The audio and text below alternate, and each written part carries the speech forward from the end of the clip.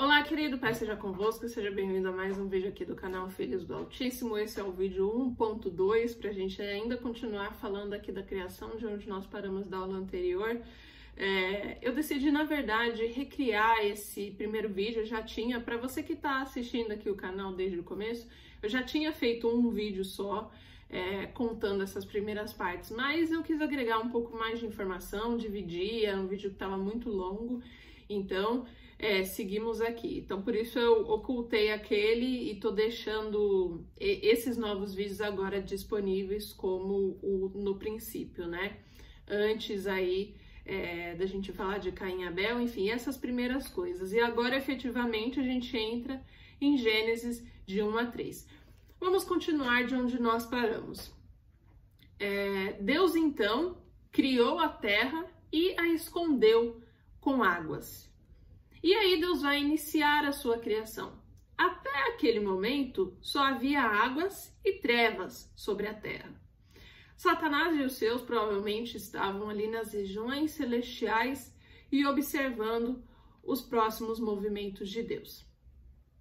Primeiro de tudo, toda essa questão da rebelião de Lúcifer e da queda dele e desses anjos nos leva a questionar a seguinte coisa: por que existe a maldade? Qual que é o viés por trás disso? Deus seria capaz de fazer uma criatura essencialmente má, que já tivesse isso dentro dela? Ora, a origem da maldade, no sentido do porquê ela existe, a gente não vai ter explicação. O primeiro passo a gente tem aqui através de Lúcifer e dessas ações que ele acabou cometendo. Mas existe uma linha de pensamento que é uma conjectura, não há nada na Bíblia que afirme 100%, mas existe uma linha de pensamento que vai dizer que Lúcifer teria sido a primeira criatura a se alimentar da árvore do conhecimento do bem e do mal. Ora, o jardim do Éden, o Éden, esse jardim inefável das delícias de Deus, era no céu. Lúcifer estava lá, como nós estudamos em Ezequiel 28 na aula passada. Lá também deveria estar, por conseguinte, a árvore da vida.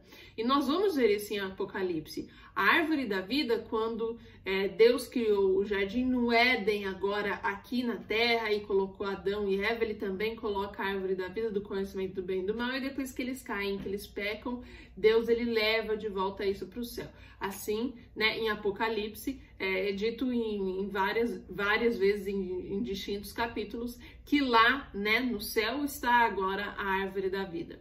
Então, por esse motivo, levando em conta que o jardim no Éden era o paraíso de Deus, estava no céu, é lá onde estava Deus e os anjos, e lá foi criado o querubim Lúcifer, ele teria sido o primeiro a comer dessa árvore do conhecimento do bem e do mal, se corrompeu os demais anjos e então caiu, tá? Existe essa linha aí de pensamento.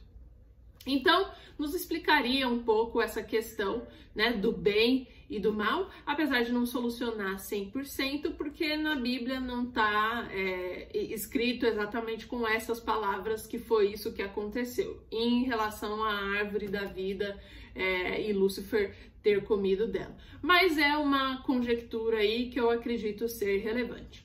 E outra questão importante, Deus ele faz toda a sua criação de seres inteligentes, tá? Os anjos são seres que usam 100% de sua capacidade intelectual. O ser humano, nós vamos ver que Adão também utilizava muito mais do que hoje nós utilizamos, né? Hoje é tido que o ser humano usa em média de 4 a 7% da sua capacidade intelectual. Quando passa disso, como foi o caso de Albert Einstein, que utilizou 10%, é algo excepcional. Mas o ser humano usa bem menos, né, da sua capacidade cerebral em média. Então, nós estamos falando de seres, desde os anjos, inteligentes, com racionalidade e com poder de escolha, né? Então, óbvio que foi isso que aconteceu com Lúcifer, com esses anjos, e Deus não impede esse livre-arbítrio. Obviamente que ele tem um plano para como todas essas coisas terão o seu fim. Bom, Aí nós partimos então para o início da criação da Terra. Essa Terra que era um oceano redondo composto somente por águas. Agora vamos para o versículo 2 do capítulo 1 de Gênesis, que vai dizer o seguinte: a terra, porém, estava sem forma e vazia, havia trevas sobre a face do abismo e o Espírito de Deus pairava por sobre as águas. O Espírito de Deus pairava por sobre as águas, no hebraico é Verhua Shi Elohim Merahefet. E esse verbo Merahefet, no hebraico, significava quando uma ave colocava os seus ovos e ela chocava e preparava ali o ambiente para os seus filhos nascerem, basicamente. Então, quando o Espírito paira por sobre as águas aqui, o Espírito de Deus está preparando o caminho para a criação.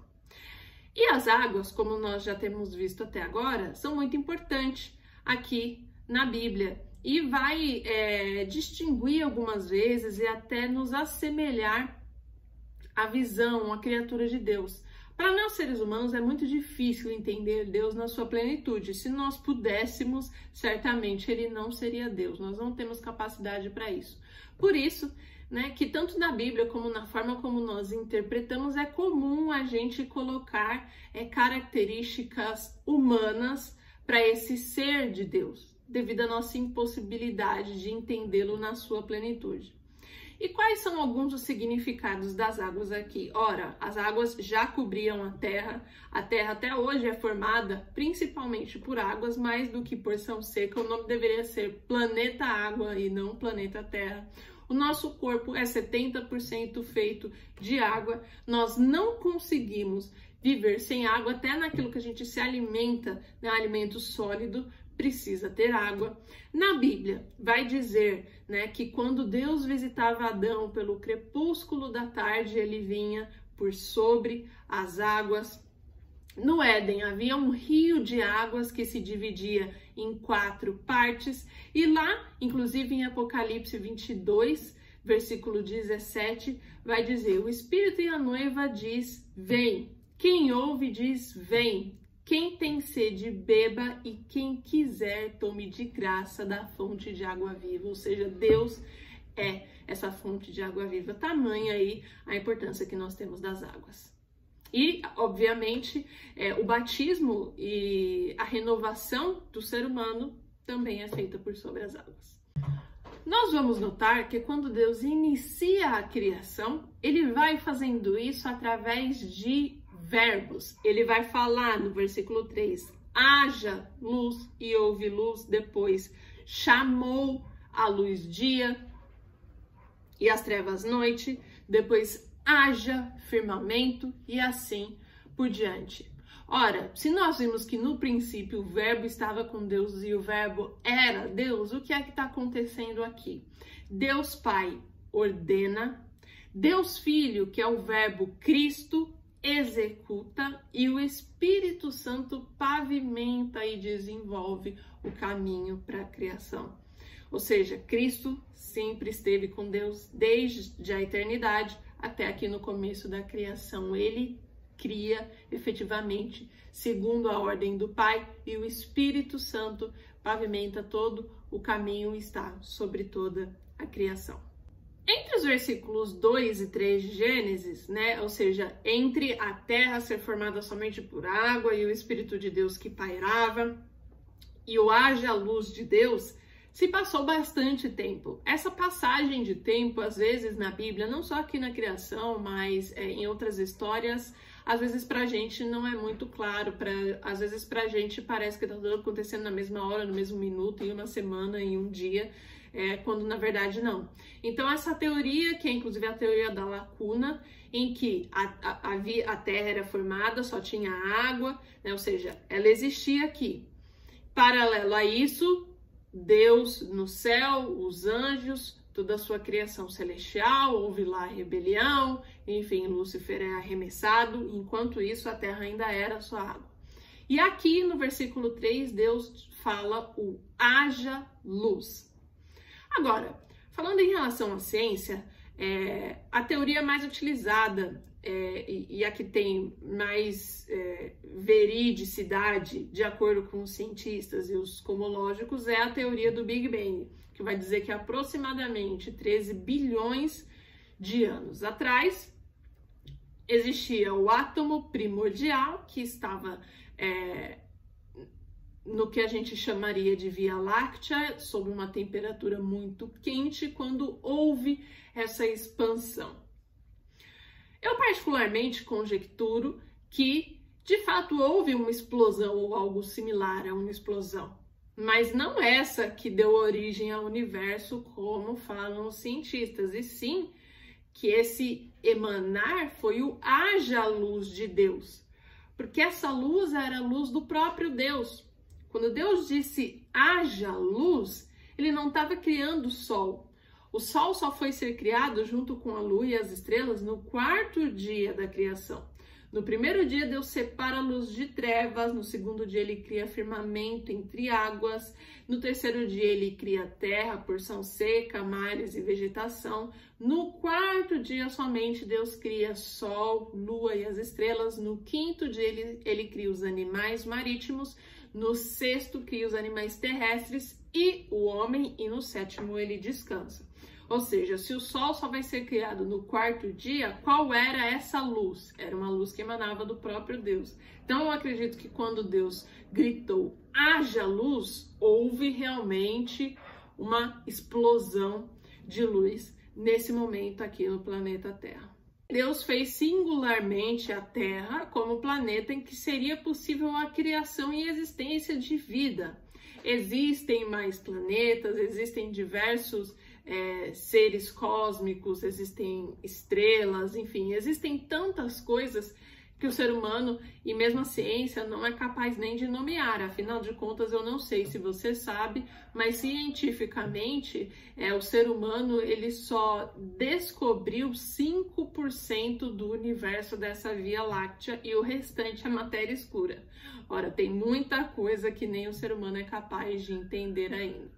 Então, dito isso, se existem outros planetas, pode ser que exista até um multiverso, existe vida, né, nesses outros planetas e nessa imensa galáxia que existe? Bom, eu acho que não é possível a gente afirmar isso 100%, mas eu particularmente conjecturo que não. Em relação aos outros planetas, que são 6, é tido que 3 deles são frios demais para que exista vida e os outros 3 eles são quentes demais, muito próximos ao Sol. E dentre esses ainda existem 2, né, que é Júpiter e Saturno, que tem uma força gravitacional muito forte que suga tudo para dentro do planeta. Sendo assim, o planeta Terra, o único capaz de existir vida. E a água, né, olha só, que nós falamos tem tanta importância, é uma das fontes que existem só aqui particularmente. Então eu não acredito que deva existir vida em outros planetas, né? Às vezes a gente fica imaginando isso, mas é apenas uma questão. Seguindo aqui, depois do haja luz, Deus vai continuar chamando o seu verbo e criando o restante de todos os seres vivos aqui do planeta. Ele vai separar a luz de trevas, ele vai colocar o firmamento para separar águas dos céus e as águas dos mares, ele vai criar a terra seca, chamar o mar de mar, criar vegetação, enfim, separar dia de noite, fazer os lumiares. E aí, partindo agora para o versículo 12, olha só, a terra produziu relva, ervas que davam semente segundo a sua espécie e árvores que davam fruto, cuja semente estava nele conforme a sua espécie. Vamos observar também aqui o versículo 24, disse também Deus, produz da terra seres viventes conforme a sua espécie, animais domésticos, répteis e animais selváticos, segundo a sua espécie. E por último, o versículo 28 ainda aí do capítulo 1, e Deus abençoou e lhes disse, sede fecundos, multiplicai-vos, encheis a terra e sujeitai-a, dominai sobre os peixes, aves dos céus e todo animal que rasteja pela terra. Ora, o que a gente vê aqui é que Deus faz a sua criação trabalhar. Deus, quando ele cria a vegetação e a porção seca, ele não cria a árvore já grande.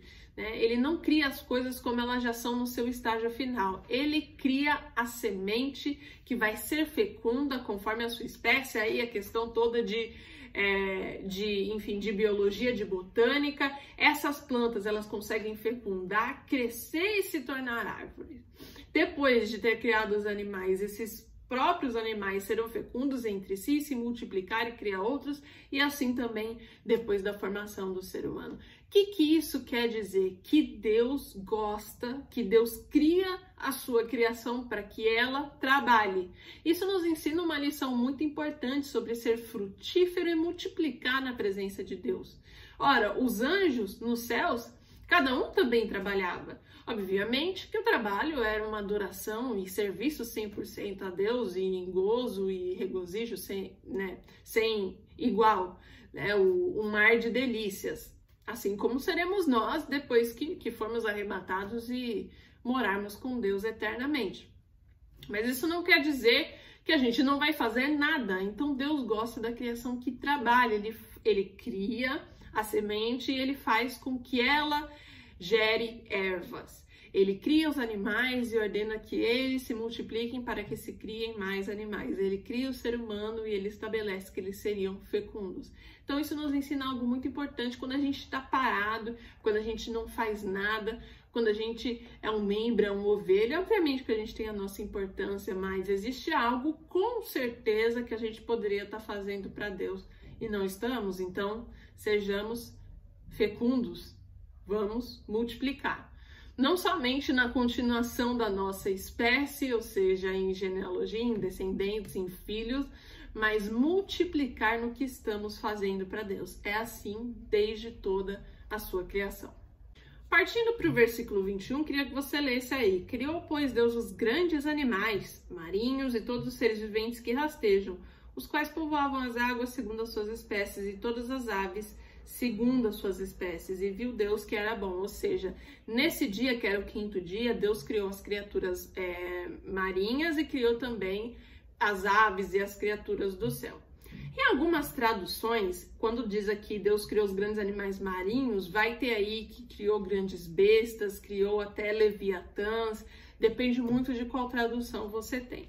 E a partir daqui que a gente tem, por exemplo, a existência dos dinossauros, que é algo que, inclusive, a ciência, os paleontólogos gostam bastante de afirmar contra a Bíblia, né? Porque parece que a Bíblia nunca falou claramente a existência deles, e é óbvio que eles existiram porque tem osso aí deles, né? Tem fósseis, então é óbvio que um dia eles habitaram por aqui. E através desse versículo 21, então você aí que é estudante, que está na faculdade, que pode entregar e falar da palavra de Deus e refutar esses sociólogos, os marxistas, enfim, e todos os que não acreditam aí na palavra, claramente através desse versículo 21 a gente pode conjecturar aí a criação dos dinossauros. Agora, por que eles foram extintos? Dilúvio, né? Então aí, ó, capítulo 6, versículo 20, das aves, segundo as suas espécies, do gado, segundo as suas espécies, de todo réptil da terra, segundo as suas espécies, 2 de cada espécie virão a ti, para os conservares em vida. Isso aqui foi Deus falando o plano do dilúvio para Noé, quando Deus ele dá as instruções da arca e dos animais que ele deveria levar. Noé ele não precisou ir caçar os bichinhos, Deus levou os animais até Noé. Deus fez com que os animais aparecessem lá na arca e caminhassem para dentro dela para que se salvassem junto com aquela família. Ora, nesse momento, Deus, por algum motivo que nós não sabemos, não elegeu, por exemplo, os dinossauros para que se salvassem. Então, eles foram mortos pelo dilúvio. É através das águas do dilúvio que se criam os fósseis e todos esses remanescentes aí que existem na ciência, que explicam a origem deles. Muito óbvio. Camila, por que Deus decidiu não salvar os dinossauros? Ora, eu acredito que isso não faz diferença nenhuma para a nossa salvação, para a nossa redenção, e que Deus tem os seus motivos.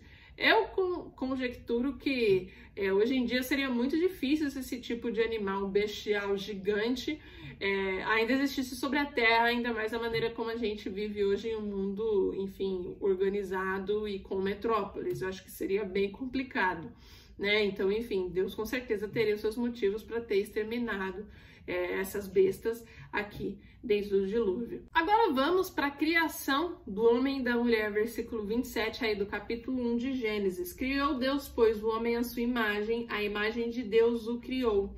Homem e mulher os criou. Aí um pouco antes no versículo 26 vai dizer o seguinte: disse também Deus, façamos o homem à nossa imagem e conforme a nossa semelhança. Tenha ele domínio aí sobre toda a terra, peixes, etc. Algumas questões aqui. Primeiro de tudo, a gente normalmente fala, que Deus criou o homem primeiro e a mulher depois. Na verdade, o mais correto seria dizer que Deus formou o homem primeiro e a mulher depois, já que aqui nesses versículos do capítulo 1 de Gênesis fica muito claro que Deus os criou, pelo menos em planejamento, no mesmo tempo, Então, o homem e a mulher, Assim Deus determina, ou seja, a criação no sentido do plano para eles foi criado. Porém, quando Deus efetivamente continua toda essa trajetória, ele vai formar primeiro Adão do pó da terra e depois a mulher, que posteriormente seria chamada por Eva, Adão a nomearia, através de seu osso. A segunda questão muito importante aqui, a trindade de Deus, mais uma vez se mostrando, Deus Pai, Filho e Espírito Santo aqui na criação, confirmando Espírito Santo pavimenta o caminho até a criação, Deus Pai ordena e Deus Filho, Cristo, cria e age efetivamente para que aquilo aconteça e tenha forma e tenha vida e tudo mais. Terceiro ponto importante. Olha só, nós estudamos na aula anterior que Lúcifer queria ser semelhante ao Altíssimo. Não é interessante que Deus cria o homem para que seja a sua imagem e semelhança? Ora, deve ter sido muito frustrante para esse querubim caído que observava ali na região celeste, nessa atmosfera, tudo que Deus estava fazendo. E Deus criou, Deus fez alguém que seria a sua imagem e semelhança, tudo aquilo que ele queria ser, mas que Deus não planejou que os anjos fossem. Agora sim, Deus estaria criando um ser que seria a cara dele. Então toda vez que você estiver triste, pensa que você é a cara de Deus, você é a imagem e semelhança dele. E através disso também que fica claro, é um dos motivos pelos quais nós somos tão perseguidos, somos tão tentados, inclusive por essas forças, principados, potestades, hostes e legiões. Nós não cremos que elas tenham qualquer poder sobre nós, porque maior é o Altíssimo. Nós somos semelhantes a Ele. Deus vai fazendo a sua criação e aqui a gente também tem um padrão literário em que Deus vai criar e vai dizer que aquilo era bom. Deus, ele aprecia a sua criação, ele tem prazer naquilo que ele faz e naquilo que ele cria. No sétimo dia, finalmente, ele vai descansar. É o dia de santificação, é o dia de consagração a Deus, o sétimo dia. Aqui, ainda no Antigo Testamento, será tido sempre como sábado, depois da ressurreição de Cristo, todos o têm como domingo, que foi o dia da ressurreição. Ora, vamos partir agora para o versículo 15, aqui do capítulo 2. Vamos falar já então agora do capítulo 2. Um pouco antes disso, um pouco antes do versículo 15. Deus vai consagrar, abençoar o sétimo dia, já estamos aqui no capítulo 2, Ainda nesse tempo, as árvores, as ervas não haviam se frutificado porque não tinha ninguém para lavrar o solo, é o que Deus vai contar. E é aí que ele faz a formação do homem. Deus cria aquele boneco do pó da terra, segundo a sua imagem, segundo a sua semelhança, e trabalha em todos os detalhes, no nervo, na pele, no organismo, em toda essa perfeição e singularidade que é o nosso corpo, e sopra o fôlego de vida naquele Adão. que no hebraico significa homem, e é o nome dele, Adão. Adão significa literalmente homem. E ele vai soprar esse fôlego de vida agora dessa criatura única feita à sua imagem e semelhança. E aí sim, é que ele faz chover sobre aquela criação, aquela vegetação, e as ervas e as árvores realmente produzem, geram semente, produzem frutos. Após isso, agora sim, no versículo 15, Deus ele vai colocar o homem no jardim plantado no Éden. Ora, aqui também existem algumas conjecturas. Existem teólogos que vão acreditar que todo o jardim do Éden é e sempre foi no céu, e que o homem e a mulher, quando foram criados e enquanto viviam lá, eles viviam literalmente no céu, no paraíso. Quando foram expulsos, é que sim vieram para a terra. Eu sou em linha agora com esse segundo pensamento que eu vou te falar, né? A gente já falou um pouco disso em relação à árvore da vida, mas que é Deus agora, ele traz o jardim que estava no Éden para a terra e coloca o homem ali dentro.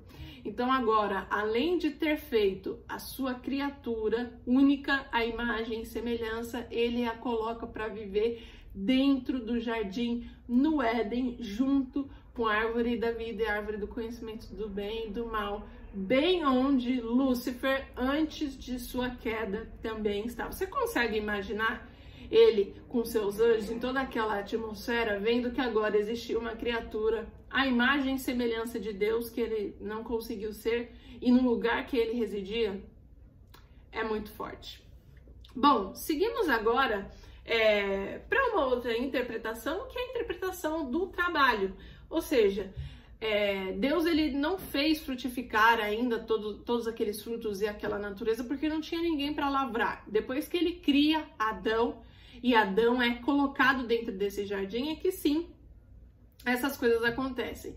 Isso nos aponta de novo para o trabalho em relação a Deus. Deus ele faz toda a sua criação, a criação tem que trabalhar para ele, tem que frutificar, né? Você tem que agir, não dá para ficar parado sem fazer nada, né? Outro indício disso. Aí no versículo 17, Deus vai ordenar a Adão, né? Esse ser com intelectualidade, com poder de escolha, que vivia em perfeição, em comunhão com Deus, que se alimentasse de tudo que tinha ali da árvore da vida, mas que não comesse da árvore do conhecimento do bem e do mal. Feito isso, logo depois, né, Deus pela primeira vez vai falar que algo não estava bom. Que é aí, no versículo 18, a formação da mulher. Ele diz, não é bom que o homem esteja só, far-lhe-ei uma auxiliadora que seja idônea. Deus, porém, apesar de já ter criado o homem e a mulher no seu planejamento, agora formado o homem, sabia que não era bom que Adão tivesse sozinho, ele não cria imediatamente a mulher. Ele vai dar ordem para Adão, aí no versículo 19, que Adão nomeasse todos aqueles animais e todas aquelas plantas, e o nome que ele desse assim seria. De novo, apontando para o trabalho. Em segundo lugar, apontando para a intelectualidade do homem aqui enquanto ele ainda estava no estado perfeito. Se você consultar qualquer botânico, qualquer biólogo PhD, ele não vai saber te dizer de cor o nome de todos os animais, de todas as espécies, de todas as plantas. E Adão foi o homem que deu nome a isso tudo. Então, isso também nos leva a crer que a capacidade do homem foi infinitamente reduzida depois da sua queda.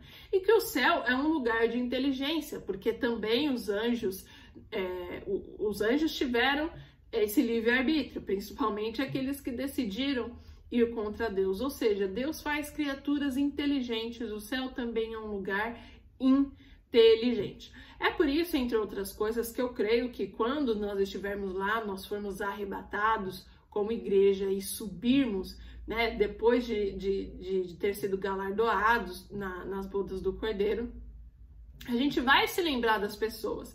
Eu vou me lembrar do meu esposo, enfim, se você tiver filhos, você vai se lembrar dos seus filhos, se eles estiverem salvos, enfim, de amigos, de colegas, Porque o céu vai ser um lugar super inteligente. A gente não vai ter mais essa capacidade reduzida.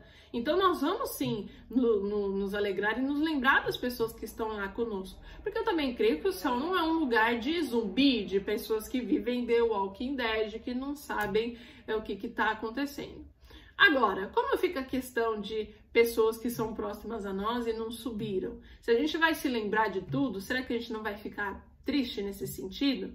E olha que aqui eu já tô, conjecturando, já tô indo mais para uma parte escatológica que a gente só vai ver lá em Apocalipse, mas enfim, que a criação tem, a criação, e o fim dos tempos, eles se complementam, então faz sentido fazer esse adendo aqui. Em relação às pessoas que não terão subido, eu não acredito que a gente vai ficar triste de se lembrar que essas pessoas não subiram. Presta só atenção.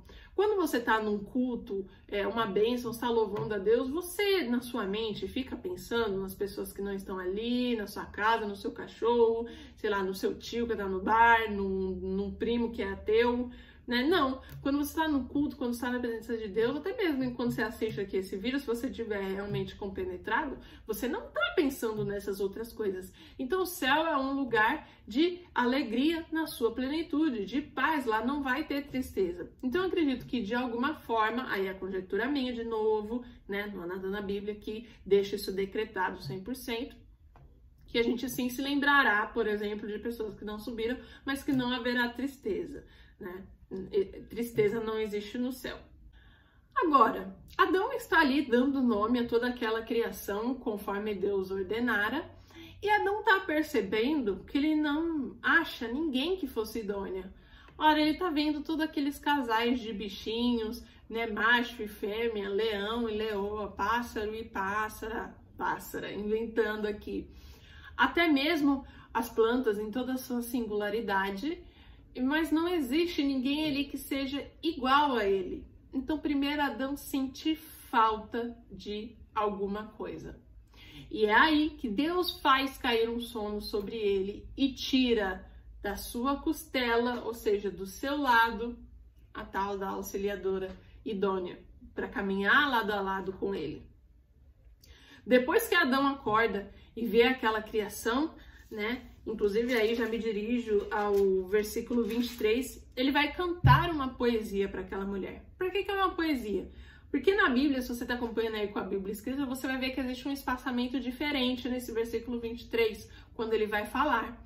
É o mesmo espaçamento que existe no livro de Salmos, ou seja, isso aqui é um cântico, Então, quando ele viu Eva, ele cantou, ele falou, essa finalmente é osso do meu osso e carne da minha carne.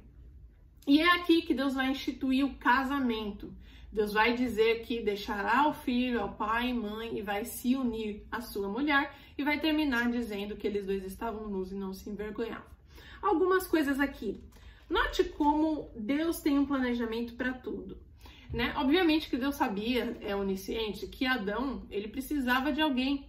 Mas Deus faz primeiro Adão nomear todos os animais.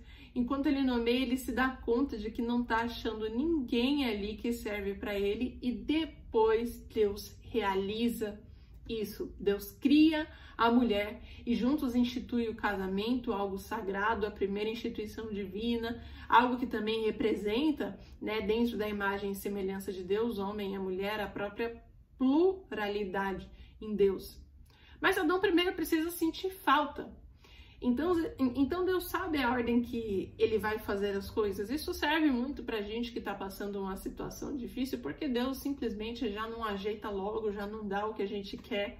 Primeiro a gente tem que sentir falta. Acredite, a prova é uma das situações que mais nos aproximam de Deus e que mais mudam o nosso relacionamento com Ele, que mais nos aproximam. Então nós precisamos, às vezes, sentir falta primeiro. Deus vai lá e vai proporcionar. E aqui em relação à criação da mulher também tem algumas outras questões, Muitos vão dizer, essas pessoas que falam contra a Bíblia, que é machista, porque a mulher veio em segundo, o homem veio em primeiro, a mulher tem que se submeter ao homem e todas essas questões. Primeiro de tudo, a gente viu que Deus criou no seu planejamento o homem e a mulher juntos, mas ele formou primeiro o homem, porque o homem deveria ser o líder, o cabeça, o protetor e o guardador dessa mulher. O homem é a pessoa que tem que dar a vida por essa mulher, porque o homem e a mulher no casamento representa Cristo e a igreja. No caso nós somos a igreja. E a mulher vai ser sua auxiliadora idônea.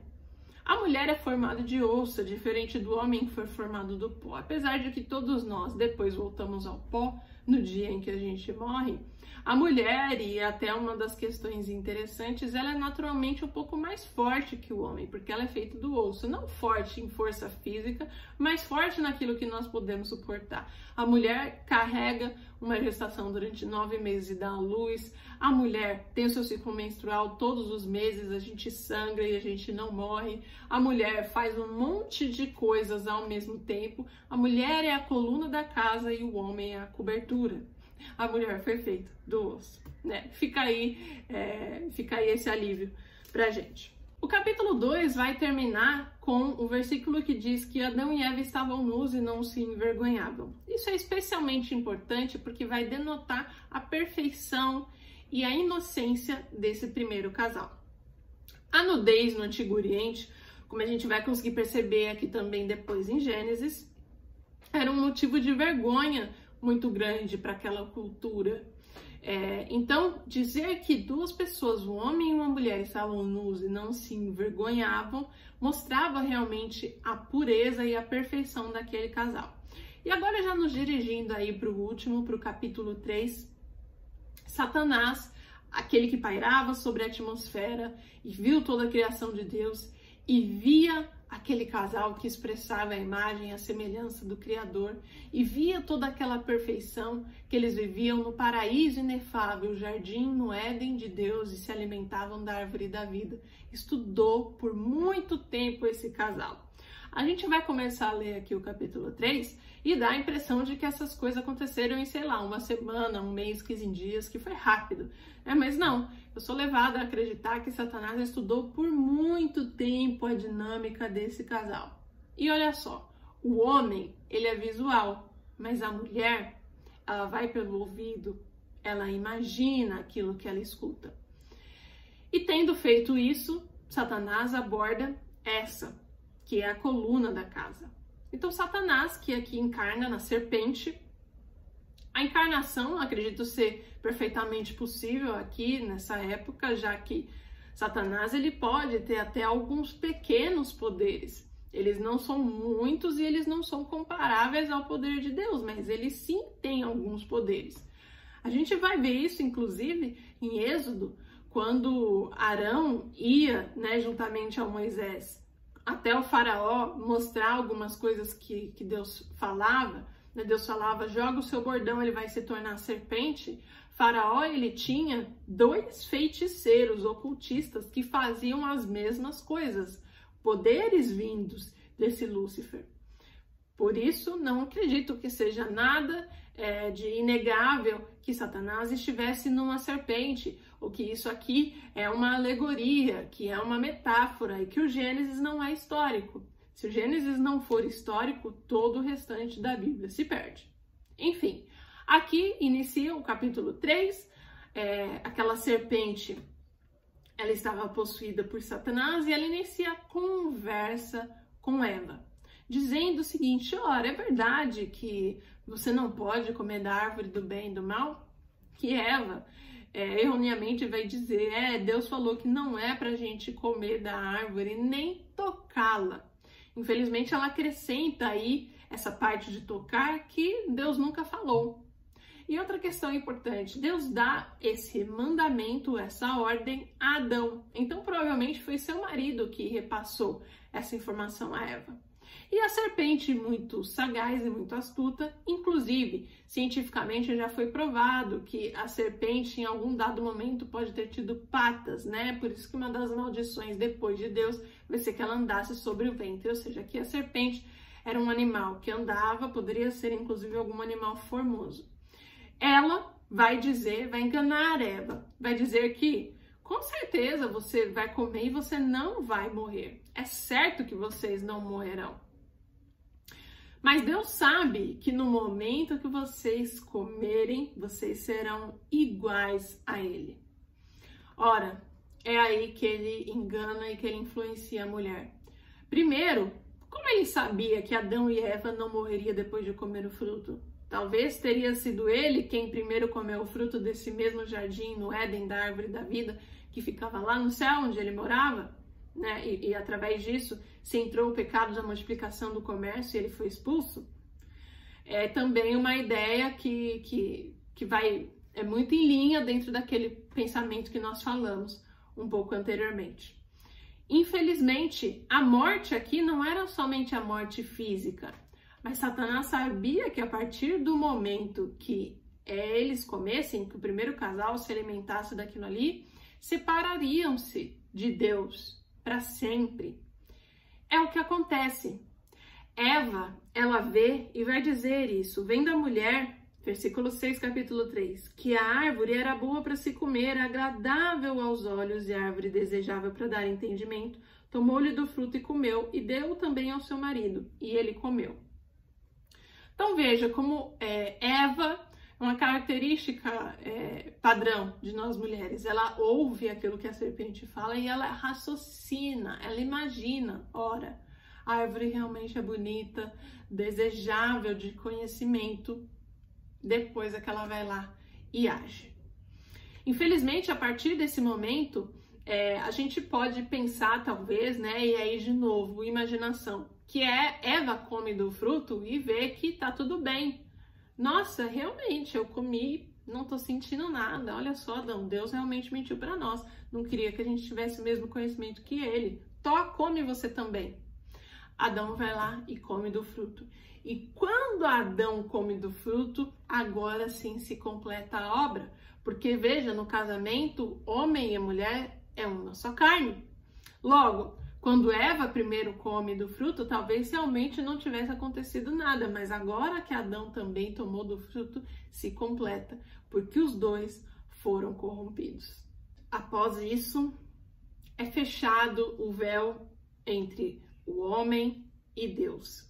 Esse véu que não existia, eles viviam comumente ali dentro do jardim no Éden, mas que agora estava coberto. Adão e Eva cometem o primeiro pecado. Eles desobedecem e com aquele conhecimento da árvore do bem e do mal, o ser humano passa a ter entendimento, passa a ter desejo, passa a ter aflições, passa a ter anseios e passa a ter literalmente conhecimento daquilo que ele não deveria ter. A primeira coisa que a gente percebe é a perda da inocência. Eles percebem que estavam nus e eles vão cozinhar folhas de figueira para se cobrir, né? E Deus, que sempre visitava Adão por entre as águas na viração do crepúsculo, aparece e fala: onde estás? A gente vê que agora Adão já não estava mais em comunhão com Deus, ele já não percebia mais Deus. Ele toma um susto, ele se esconde. E Deus vai indagar, Deus vai fazer algumas perguntas. Olha que interessante. Onde estás? Comeste da árvore que te ordenei que não comesses? E uma coisa que é interessante, por que Deus faz essas perguntas? Você já parou para questionar isso? Ora, se Deus é onisciente, se Deus é onipotente, se Deus sabe tudo aquilo que estava acontecendo, se Deus viu tudo aquilo, por que ele ainda está perguntando? Ora, eu te digo a resposta. Deus, ele quer a nossa consciência daquilo que a gente fez, a consciência dos nossos erros e o arrependimento, além da confissão. É por isso que Deus, ele chama, ele pergunta até que o homem confesse, até que ele se dê conta daquilo que ele fez, até que ele profira, até que ele se arrependa. Mas não é o que vai acontecer aqui. A gente vai ver Deus fazendo isso algumas outras vezes também. Quando Caim mata Abel, Deus vai dizer: onde está o seu irmão? O sangue dele clama por mim pela terra. Que foi isso que você fez? Óbvio que Deus sabe o que Caim tinha feito. Essa é a prova de que Deus quer que confessemos.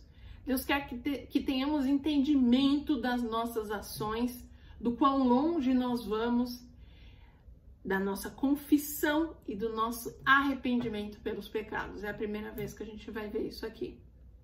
E conforme Deus vai questionando Adão, nós vemos que o caráter de Adão já mudou completamente. Aqui ele já vai dizer: a mulher que tu me destes, essa fez eu comer do fruto. Ou seja, Adão, ele não pede perdão por ter desobedecido. Adão coloca a culpa em Deus, porque ele diz não somente a mulher, mas a mulher que tu me destes. Ou seja, de alguma forma, Deus era culpado por aquilo, porque Deus deu aquela mulher para ele. Em segundo lugar, Deus começa a questionar a Eva. Que é isso que fizeste? De novo, buscando pela confissão e pelo arrependimento. E Eva vai dizer novamente, vai colocar a culpa agora 100% sobre a serpente. A serpente me enganou, eu fui e comi. A serpente, porém, Deus não questiona. Tem certeza de que Deus sabia quem é que estava encarnado naquela serpente. Aquele querubim caído que observava com tanta inveja toda a criação de Deus e tudo aquilo que ele mesmo não pôde ser feito. Deus, nesse momento, ele vai amaldiçoar essa serpente. Aí que ele vai falar que ela vai andar sobre o seu ventre e vai rastejar, comendo pó sobre a terra. Ou seja, agora um ser que se rasteja. Depois, versículo muito importante, versículo de toda a profecia bíblica, está aí em Gênesis, versículo 15 do capítulo 3. Deus diz que colocará inimizade entre o seu descendente e o descendente da mulher, que ele lhe feriria a cabeça.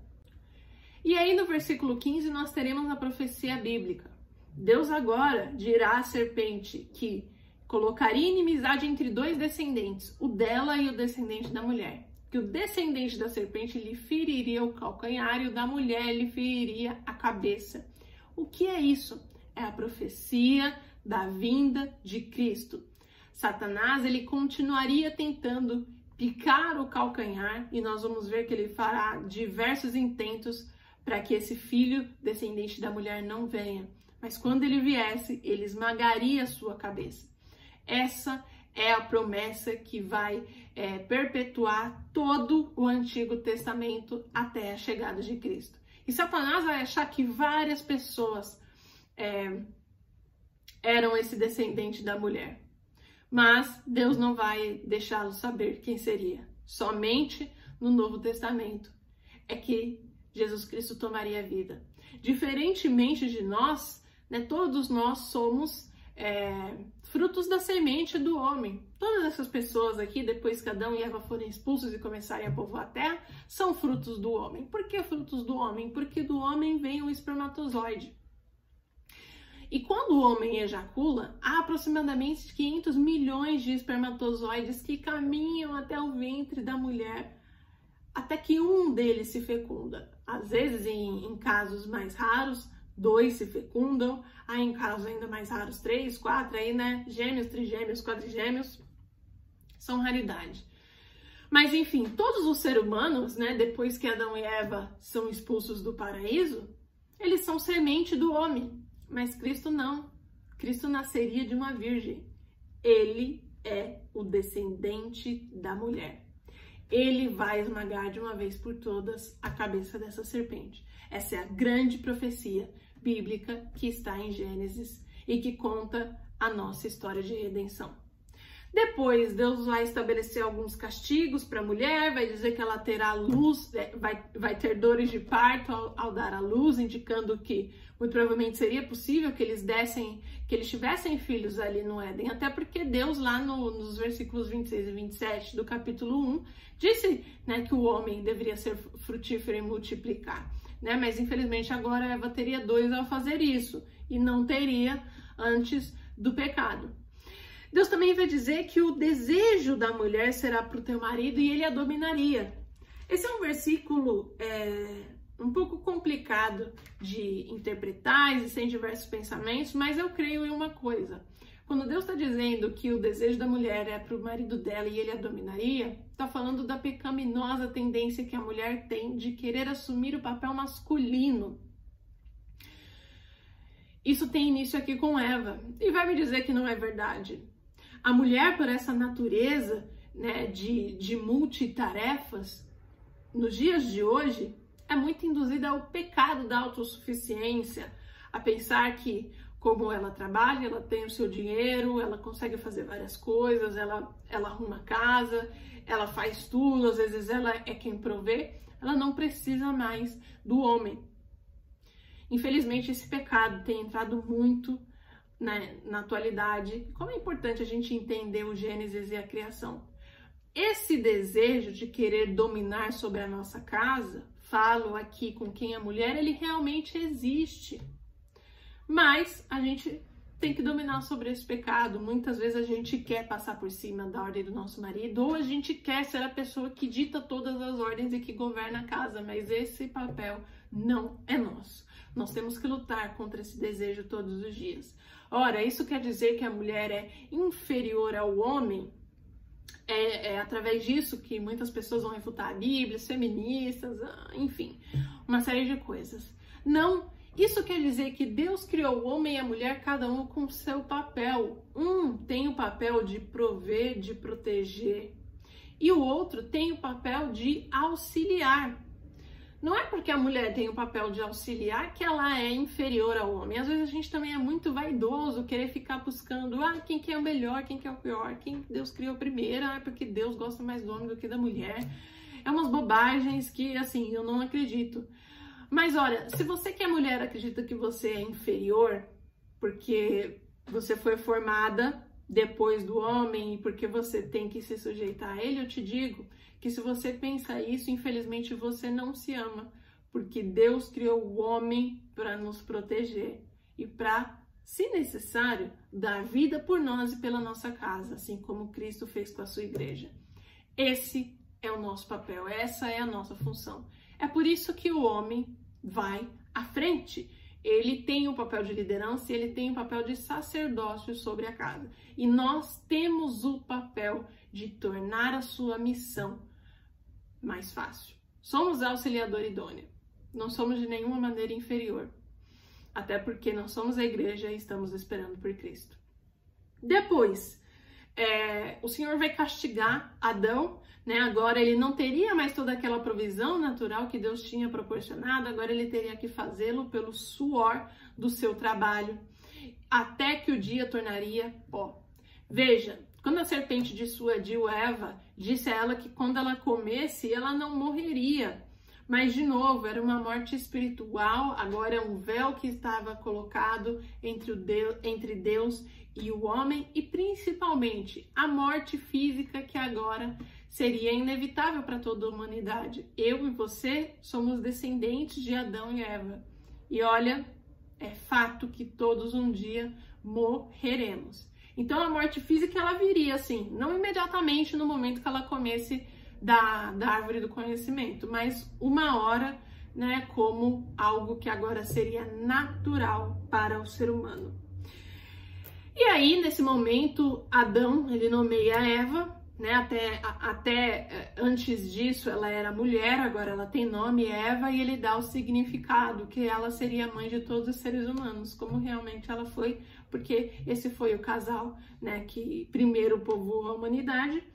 Por último, Deus de novo em sua trindade vai dizer que o homem agora tinha tanto conhecimento quanto ele, por isso não podia mais se alimentar da árvore do bem e do mal. Nesse momento, Deus coloca querubins, anjos, daquela mesma patente do anjo caído, para lavrar aquela terra e para guardar o caminho até a árvore da vida junto a uma espada flamejante.